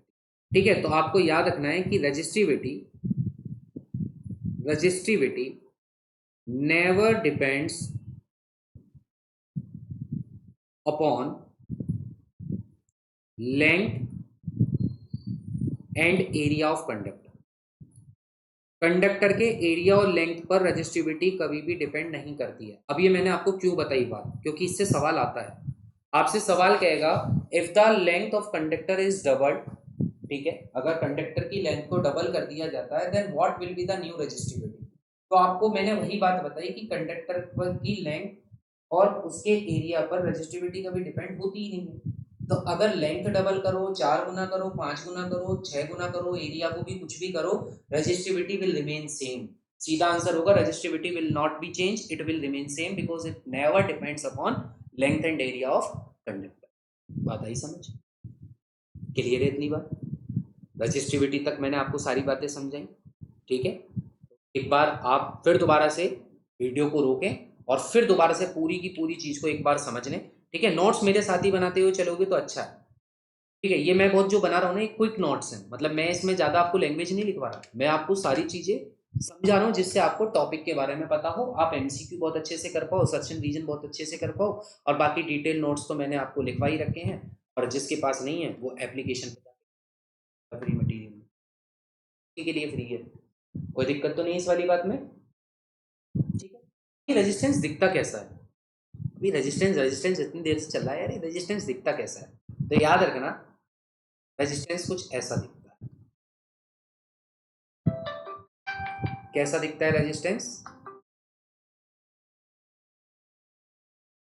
रेजिस्टेंस का साइन होता है, ठीक है, ये प्लस, ये माइनस, ये है आर। समझ? तो बस इतना ध्यान रखना है, रेजिस्टेंस को आर से डिनोट। अब अगर हम रेजिस्टेंस की बात करें तो रेजिस्टेंस के दो तरीके से कॉम्बिनेशन बनाए जा सकते हैं, यानी कि रेजिस्टेंस का दो तरीके से इस्तेमाल आप कर सकते हो। इसको हम टॉपिक का नाम देते हैं combination of resistance. Important topic है। न्यूमेरिकल्स तो मैंने अभी आपको बोला कि मेरा मेन मोटिव क्या है कि मैं आपको थ्योरेटिकल पहले पोर्शन कंप्लीट करवा रहा हूँ, फिर उसके बाद आपको ये न्यूमेरिकल की एक अगली सीरीज देता हूँ। ठीक है, कॉम्बिनेशन ऑफ रेजिस्टेंस की अगर मैं बात करूं तो रेजिस्टेंस को दो तरीके से कंबाइन किया जा सकता है। पहला कॉम्बिनेशन का नाम होता है सीरीज कॉम्बिनेशन, और दूसरे कॉम्बिनेशन का नाम क्या होता है? Parallel combination. क्या नाम होता है? Parallel combination. अब इन दोनों में अंतर क्या है?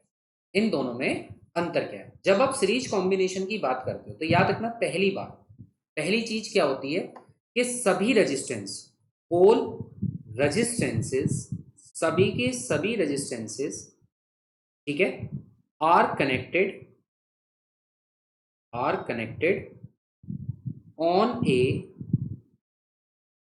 On a same wire.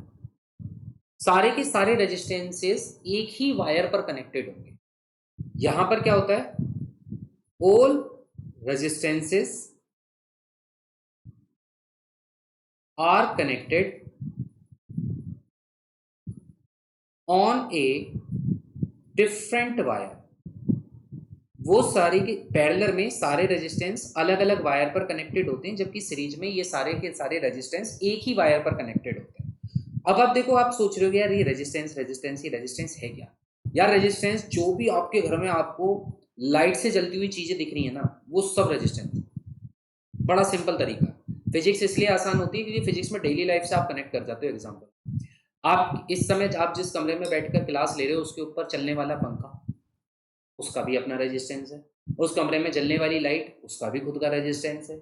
आपके घर में रखा हुआ फ्रिज, आपके घर में लगा हुआ एसी, अगर किसी के लग रहा है और किसी के नहीं है तो घर में कूलर, पंखा, टेबल फैन, ठीक है, प्रेस, ना जाने कितनी अप्लायंसेज ऐसे हैं जो आपके बहुत सारे इर्द गिर्द आपके घूम रहे होंगे।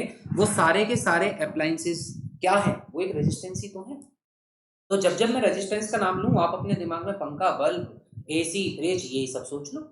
ठीक है, तो अगर मैं आपसे कहूं कि सीरीज कॉम्बिनेशन क्या होगा, सीरीज कॉम्बिनेशन ये होगा, अगर आपके घर का चलने वाला पंखा, फैन, आपके घर में लगा हुआ बल्ब और आपके घर में लगा हुआ फ्रिज, ठीक है, फ्रिज को हम आर से बोलते हैं, रेफ्रिजरेटर बोलते हैं ना फ्रिज को, अगर इन तीनों को एक ही वायर पर कनेक्ट कर दिया जाए तो ये कॉम्बिनेशन सीरीज कॉम्बिनेशन। वहीं पैरेलल कॉम्बिनेशन में क्या होता है, अगर फ्रिज को एक अलग तार दिया जाए, फ्रिज का तार बिल्कुल अलग बनाओ, पंखे का सॉरी बल्ब का तार बिल्कुल अलग बना दो, कनेक्शन ही अलग दे दो, और फ्रिज का भी तार यानी कि रेफ्रिजरेटर का तार बिल्कुल अलग बना दो।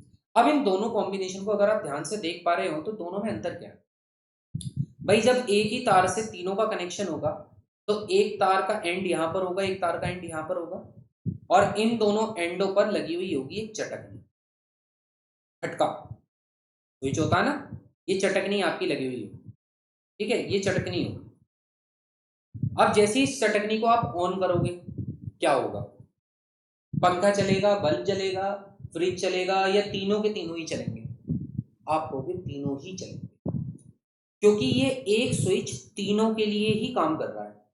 ऐसा ही कॉम्बिनेशन सीरीज कॉम्बिनेशन है, जिस भी कॉम्बिनेशन में एक स्विच से सारे के सारे कनेक्शन होते हों वो कॉम्बिनेशन सीरीज कॉम्बिनेशन है।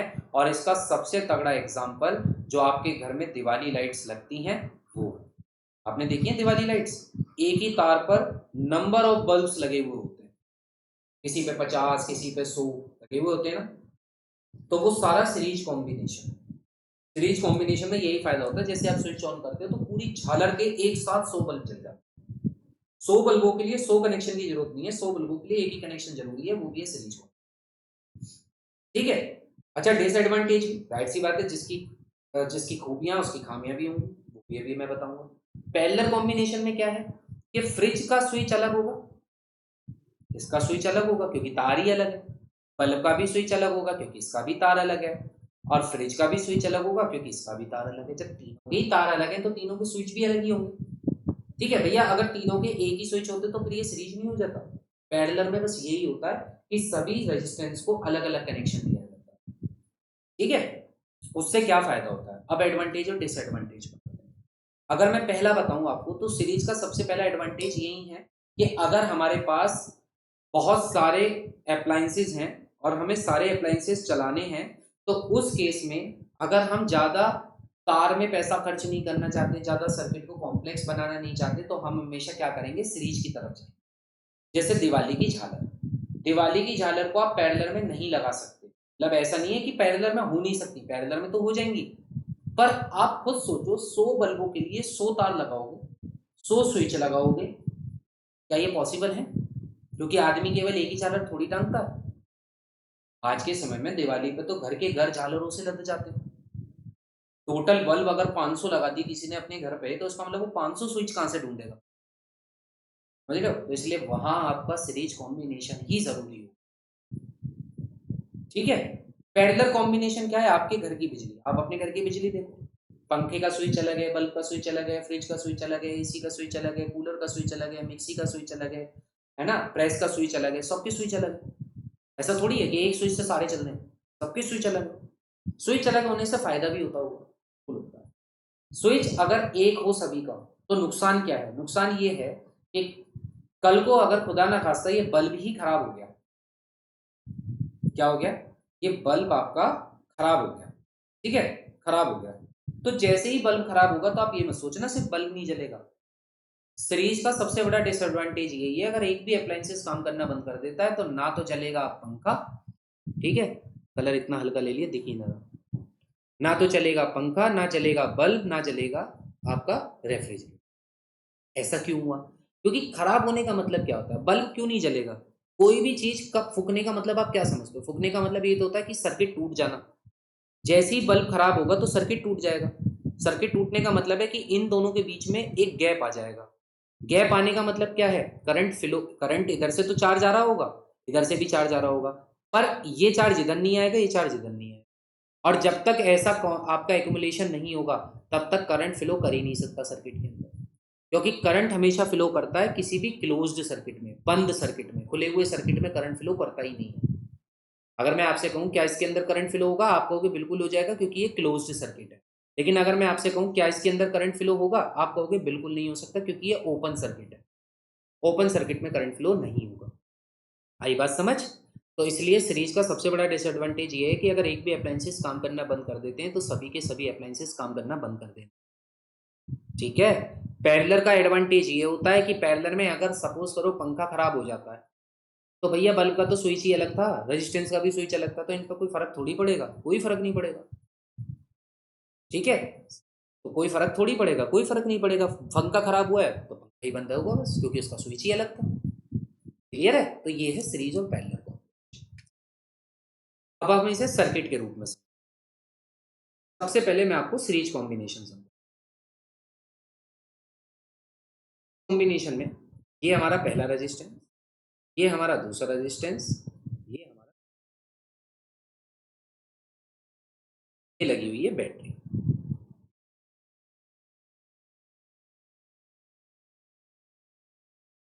पहले रेजिस्टेंस का नाम R1, दूसरे रेजिस्टेंस का नाम R2, R1 R2 R3 साफ साफ बता रहा है कि हर किसी का रेजिस्टेंस अलग अलग है।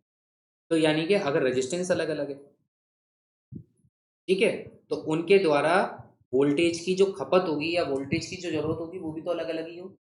अब खुद बताओ, जितना पंखे वोल्टेज लेगा क्या उतने वोल्टेज आपके बल्ब ले लेगा? नहीं ले सकता, नहीं ले सकता ना। ऐसी जितने वोल्टेज आपके बल्ब लेगा क्या उतनी ही वोल्टेज में आपका रेफ्रिजरेटर चल जाएगा? नहीं, उसको तो ज़्यादा चाहिए। सेम वही बात, R1 R2 R3 का मतलब क्या है कि हर किसी का जो वोल्टेज है वो अलग अलग है। ठीक है। सीरीज में आपको यही बात याद रखनी है कि सीरीज में जो करंट होता है, सीरीज में जो आपका करंट होता है वो सभी के लिए सेम होता है, यानी कि कितनी भी आप अप्लायंसेस लगा दो सभी में सेम करंट जाएगा। लेकिन जो पोटेंशियल डिफरेंस होता है वो सभी के लिए वेरी करता है, अलग अलग होता है। ठीक है, वो उतना ही होगा जितना जिसकी जितनी खपत है, जो जितने पर चल सकता है। ठीक है, उतना पोटेंशियल। आ रही है बात समझ? अच्छा, लेकिन पोटेंशियल डिपेंड तो बैटरी पे ही करेगा ना, क्योंकि बैटरी तो जनरेट करेगी पोटेंशियल। तो यही जो V होगा, क्या यही बराबर नहीं होगा V1 plus V2 plus V3? यानी कि जितना पोटेंशियल आपका बैटरी का होगा वही पोटेंशियल आपका तीन जगह बटेगा, V1 plus V2 plus V3। ऐसा ही होगा by Ohm's law. Ohm's law के अकॉर्डिंग आप सभी ने अभी पढ़ा था कि V बराबर किसके होता है? अगर V की जगह आप IR रख दो, V1 की जगह क्या होगा? मैंने अभी बोला कि सीरीज में करंट सभी के लिए सेम है, तो जो करंट R1 पर जाएगा, जो करंट R1 पर जाएगा वही करंट R2 पे जाएगा, वही करंट R3 पे जाएगा, यानी कि तीनों के तीनों रेजिस्टेंस पे करंट तो सेम जाएगा। ठीक है, करंट तो सेम जाएगा, बस V1 किस रेजिस्टेंस पर है? R1, तो यहाँ IR1 आएगा। V2 के केस में IR2 आएगा और V3 के केस में IR3 आएगा। IR बराबर तीनों के पास I है, I को कॉमन ले लो, ब्रैकेट में बचेगा R1 plus R2 plus R3। I से I जाएगा कट और आपके पास सीरीज में रेजिस्टेंस का फॉर्मूला आपके पास आ जाएगा, that is R1 plus R2 plus R3। यही आ जाएगा ना। तो हम यहाँ से ये कह सकते हैं कि अगर कभी भी सीरीज में रेजिस्टेंस आपको टोटल रेजिस्टेंस चाहिए, पूरे सर्किट का टोटल रेजिस्टेंस सीरीज का चाहिए, तो उस केस में आपका जो फॉर्मूला होता है वो क्या होता है? फॉर्मूला आप ये लिखेंगे, R1 plus R2 dot dot जितने भी नंबर ऑफ रेजिस्टेंस आप यहाँ पर लगाएंगे उसका जो टोटल रेजिस्टेंस होगा वो हमेशा किसके बराबर होगा? सभी रेजिस्टेंस के टोटल के बराबर होगा। ये सीरीज का रेजिस्टेंस है।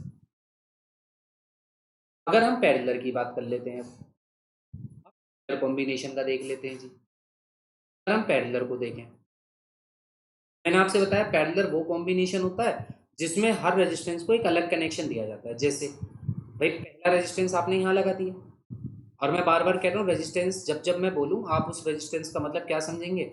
आपके घर में लगे हुए चीज़ों का मतलब, ठीक है, पंखा, बल्ब, फ्रिज, AC, जो भी आपके यहाँ पर, इसे ही इनका मतलब समझे।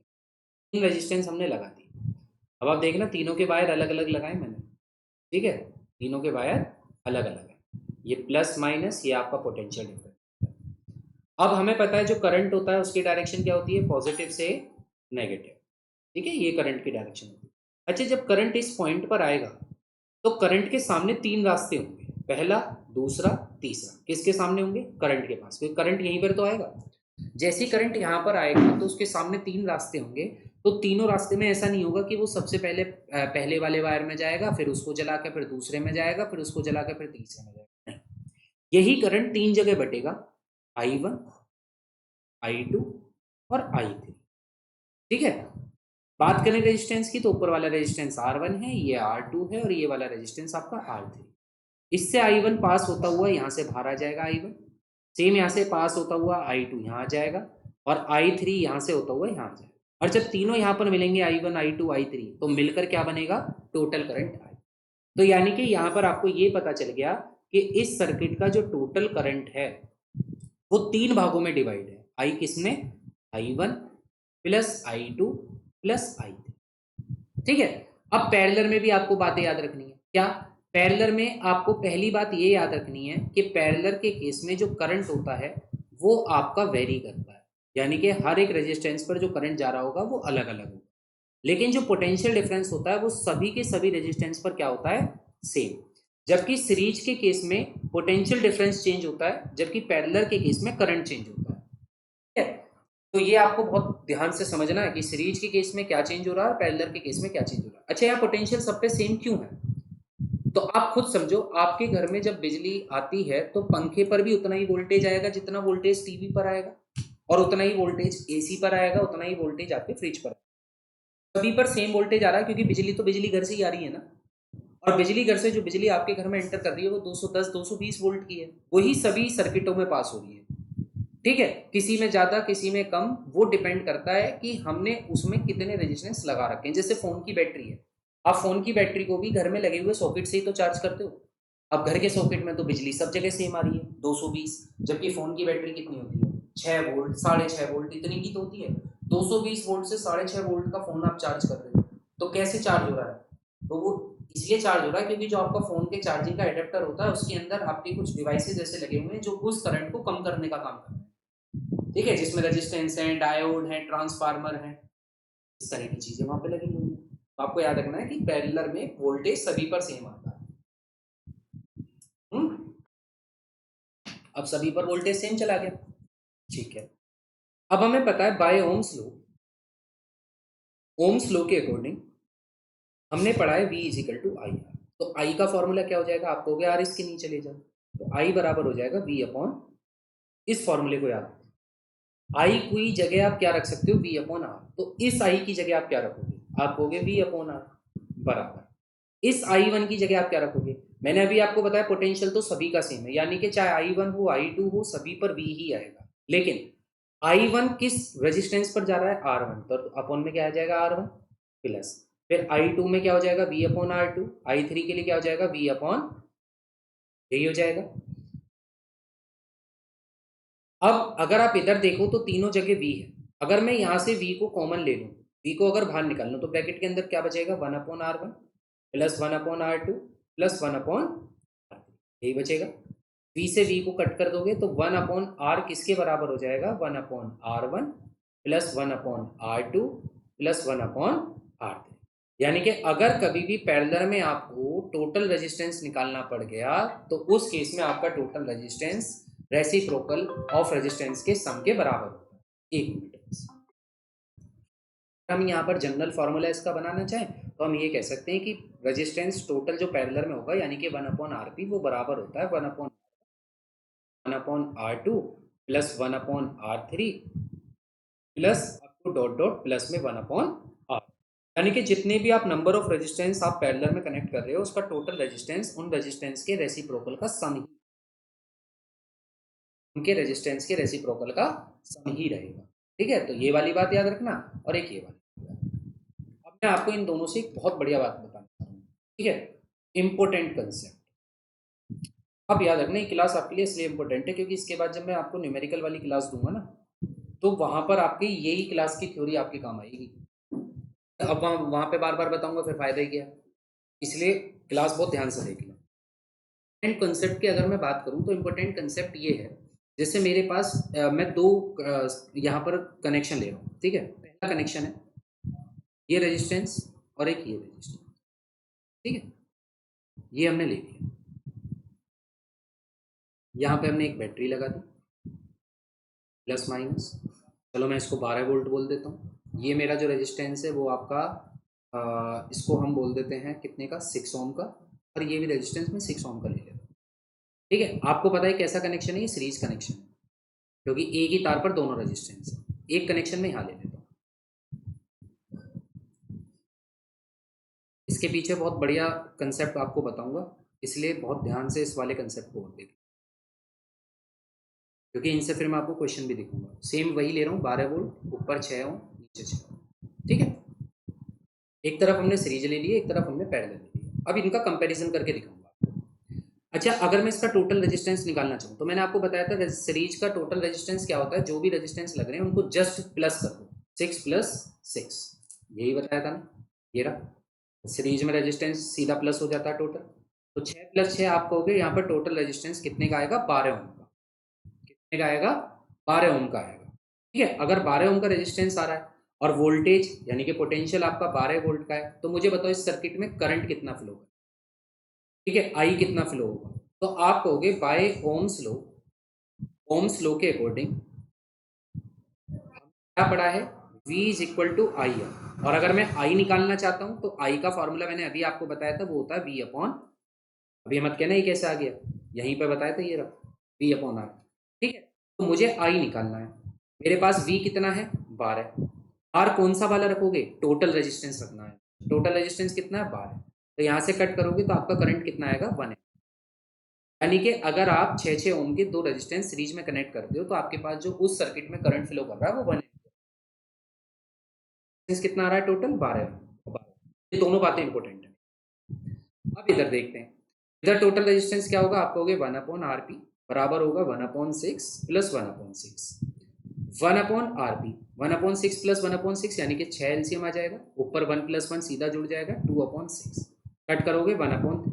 अच्छा, ये 1/RP की वैल्यू है 1/3, अगर मुझे RP की वैल्यू निकालनी है तो इस वैल्यू को उल्टा करके लिखना होगा, दैट इज 3 ओम। तो यहाँ पर मेरा रेजिस्टेंस पैरेलल में कितना आएगा, 3 ओम का आएगा।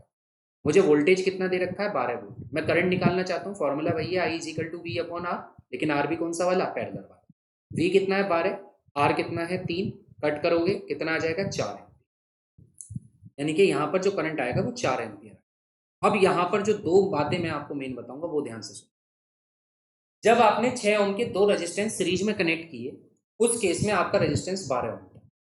यही दो रेजिस्टेंस जब आपने 6 ओम के सेम रेजिस्टेंस इसलिए लिए थे मैंने, अगर आपने 6 ओम के दो रेजिस्टेंस पैरेलल में कनेक्टेड किए तो आपका रेजिस्टेंस 3 ओम।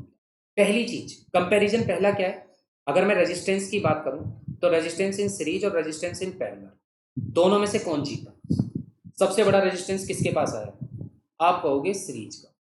सीरीज का रेजिस्टेंस हमेशा क्या होगा, बड़ा ही रहेगा, वो तो देख के ही पता चल रहा है। सीरीज में रेजिस्टेंस 12 ओम आया, जो पैरेलल में मात्र 3 ओम का रह गया, ठीक है। अब फिर करंट को मेजर करो, जो सीरीज में करंट आया वो 1 एम्पियर का, सीरीज में करंट कितना आया, 1 एम्पियर, जबकि पैरेलल में करंट कितना आया, 4 एम्पियर।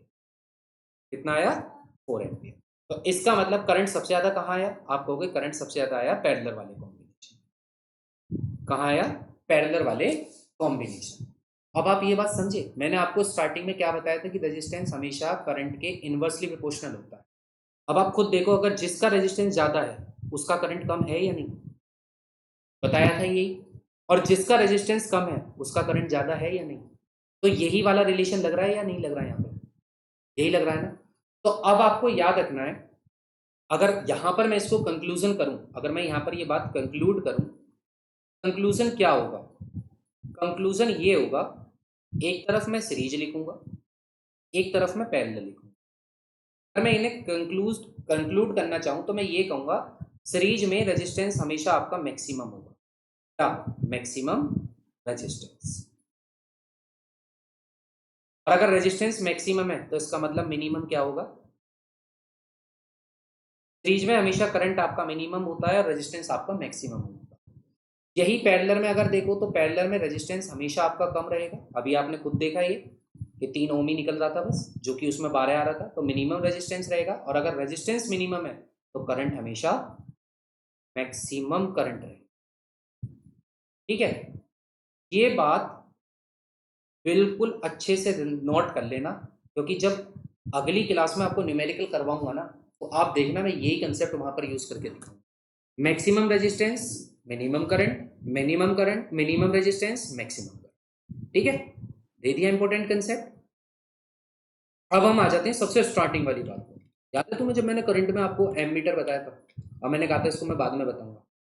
अब आप खुद बताओ एम मीटर क्या मेजर करता है? आप कहोगे एम मीटर करंट को मेजर करता है। करंट को, सर्किट को कैसा करंट चाहिए? Total current. अब भैया अगर तुम्हें टोटल करंट निकालना है, अगर पूरा का पूरा करंट ही मेजर करना है, तो सीरीज में कनेक्ट करना होगा या नहीं करना होगा? क्यों करना होगा सीरीज में? क्योंकि सीरीज के केस में करंट की वैल्यू चेंज होती ही नहीं है। क्या रहती है? करंट की वैल्यू सेम ही रहती है। और एमीटर किस लिए लगाया गया? करंट को मेजर करने के लिए। तो हमें करंट की अलग अलग वैल्यू थोड़ी मेजर करनी है, हमें तो पूरे सर्किट की वैल्यू मेजर करनी है करंट की। और सर्किट की पूरे करंट की वैल्यू सेम किस में मिलती है? सीरीज में। That's why ammeter always connected in series combination. बात आई समझ? दूसरी चीज, एमीटर को हमेशा लो रेजिस्टेंस डिवाइस बनाया जाता है, यानी कि एमीटर का रेजिस्टेंस कम किया जाता है। अब मुझे खुद बताओ एमीटर क्या मेजर कर रहा है? करंट। और वो भी टोटल करंट को मेजर करेगा। अगर ये टोटल करंट को मेजर करना चाहता है, अगर एमीटर टोटल करंट को मेजर करना चाहता है, तो करंट ज्यादा से ज्यादा मेजर कब हो पाएगा? जब उसका रेजिस्टेंस कम होगा। क्योंकि अगर रेजिस्टेंस ही ज्यादा हो जाएगा तो करंट वहां से पास ही कैसे करेगा? क्योंकि रेजिस्टेंस तो करंट को ही नहीं आने देगा। यही तो बता रहा हूं इतनी देर से कि जब रेजिस्टेंस ज्यादा होता है तो करंट ही कम हो जाता है। और एमीटर को तो करंट ही मैक्सिमम क्या करना है? मेजर करना है, तो इसलिए रेजिस्टेंस यहाँ पर मिनिमम होगा। अब बात समझ आई कि एमीटर मिनिमम रेजिस्टेंस क्यों है और वो सीरीज में कनेक्टेड क्यों। अब वोल्ट मीटर समझ लो। वोल्ट मीटर हाई रेजिस्टेंस इसलिए होता है क्योंकि वोल्ट मीटर का काम है वोल्टेज को मेजर करना। इसको मेजर करना वोल्टेज, या फिर इसको बोला जाता है वोल्टेज ड्रॉप। वोल्टेज ड्रॉप कैसे पता चलेगा? वोल्टेज ड्रॉप कैसे पता चलेगा? आप कहोगे वोल्टेज ड्रॉप तभी तो पता चलेगा जब किसी टर्मिनल पर सारे के सारे चार्ज इकट्ठे हो जाएं, तभी तो पता चलेगा कि कितना पोटेंशियल यहां पर है। तभी तो पता चलेगा कि कितना पोटेंशियल यहां पर है। किसी स्कूल में एक बच्चा क्या पूरे स्कूल की स्ट्रेंथ दिखा सकता है? नहीं ना। लेकिन जब एक साथ सारे बच्चे इकट्ठे हो गए असेंबली में आते, तब पता चलता है यार स्कूल में कितने सारे बच्चे पढ़ते हैं, स्कूल का पोटेंशियल कितना बड़ा है ना? तो वही तो वोल्ट मीटर का भी काम है। वोल्ट मीटर अगर वोल्टेज का पोटेंशियल, मतलब वोल्टेज को अगर मेजर करना चाहता है, यानी कि पोटेंशियल को मेजर करना चाहता है, तो चार्ज को सारा एक साथ इकट्ठा करेगा नहीं करेगा? और चार्ज को इकट्ठा करने की ताकत सिर्फ किसके पास है? रेजिस्टेंस की। क्योंकि जब चार्ज आपका इधर से आना फ्लो करेगा तो रेजिस्टेंस यहाँ पर दीवार बनाएगा। रेजिस्टेंस कहेगा कोई आगे नहीं जाएगा, सारे यहीं आ जाओ, सबको अटेंडेंस लगानी है, सारे के सारे चार्ज यहीं इकट्ठे हो जाओ, क्योंकि मुझे मेजर करवाना है क्या? कि तुम्हारी स्ट्रेंथ कितनी है, तुम्हारा पोटेंशियल कितना है। और वही तो वोल्ट मीटर मेजर करेगा। तो इसलिए रेजिस्टेंस हाई करना होगा, जिससे सारी की सारी स्ट्रेंथ मेजर हो जाए। पैरेलल में क्यों कनेक्ट किया जाता है? पैरेलल में इसलिए कनेक्ट किया जाता है क्योंकि पैरेलल में वोल्टेज सभी के लिए क्या होता है? सेम। और वोल्ट मीटर क्या मेजर करता है? वोल्टेज। तो इसलिए उसको वोल्टेज चेंज थोड़ी चाहिए, सेम ही चाहिए। तो सेम वोल्टेज तो उसको पैरेलल में मिलेंगे। इस वजह से वो पैरेलल कॉम्बिनेशन में और हाई रेजिस्टेंस होता है। अभी बात समझ? कोई दिक्कत तो नहीं है? ठीक है, आगे हम देखो कितना सारी चीजें आपको बता दी। अगर आप सर्किट पूरा कंबाइंड करके बनाना चाहो तो अब आप ऐसे बना सकते हो कि एम मीटर तो मुझे लगाना पड़ेगा सीरीज में। ये मेरी हो गई बैटरी। मैंने कोई भी रेजिस्टेंस लगा दी है, सपोज करो ये,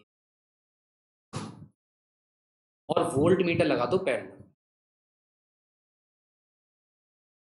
मैंने क्या कनेक्ट कर दिया? पॉजिटिव होगा, आपका टर्मिनलों से कनेक्ट हो जाएगा। इधर वोल्ट मीटर इसके टर्मिनलों से, ये R1 ये R2, और ये पूरा सर्किट डायग्राम आपके पास। वोल्ट मीटर पैरेलल में क्यों है? क्यों है? क्योंकि वोल्टेज पैरेलल में ही सेम होते हैं। ठीक है। एमीटर सीरीज में क्यों है? क्योंकि करंट सीरीज में ही सेम है। आगे बात समझ? कोई दिक्कत तो नहीं है? ठीक है, इस वजह से आपको ये चीज समझनी। अच्छा, एक क्वेश्चन बहुत आता है कि why ammeter burns out when it connected in parallel combination. ऐसा क्यों होगा कि अगर हम एमीटर को पैरेलल में कनेक्ट कर दें तो एमीटर पैरेलल में लगते ही फूक जाएगा? वो इसलिए क्योंकि एम मीटर में करंट का फ्लो मेजर होता है, जो जो उससे फ्लो करता हुआ चला जाएगा वो उसकी रीडिंग बनता हुआ चला जाएगा। पर जब आप एम मीटर को पैरेलल में कनेक्ट करोगे तो पैरेलल कॉम्बिनेशन में वोल्ट मीटर क्या काम कर रहा था, वहां सारे चार्जेस को इकट्ठा कर देता। और जब एक साथ सारे चार्जेस इकट्ठे हो जाएंगे तो खुद बताओ, अब एम मीटर को थोड़ी देर के लिए दिमाग से हटाओ, आप ऐसा सोचो कि बहुत सारे बच्चे ग्राउंड में इकट्ठे हो गए हैं, ठीक है, और एक स्कूल में या किसी भी उसमें समझो कि एक फायर लग गई है, छोटी सी आग लग गई है, सबको बाहर भागना है। तो अगर सारे बच्चे एक साथ जाकर गेट को पुश करेंगे तो गेट टूट जाएगा, नहीं टूट जाएगा? टूट ही जाएगा, जब इतनी सारी स्ट्रेंथ एक साथ उस पर हमला बोल देगी, है ना? तो वही सीधा काम है, जब एम मीटर को सीरीज में कनेक्ट करोगे तो चार्ज उससे फ्लो करता हुआ चला जाएगा। लेकिन जब उसे पैरेलल पे कनेक्ट करोगे तो चार्ज वहां रुक जाएगा, क्योंकि वहां पोटेंशियल ड्रॉप आएगा।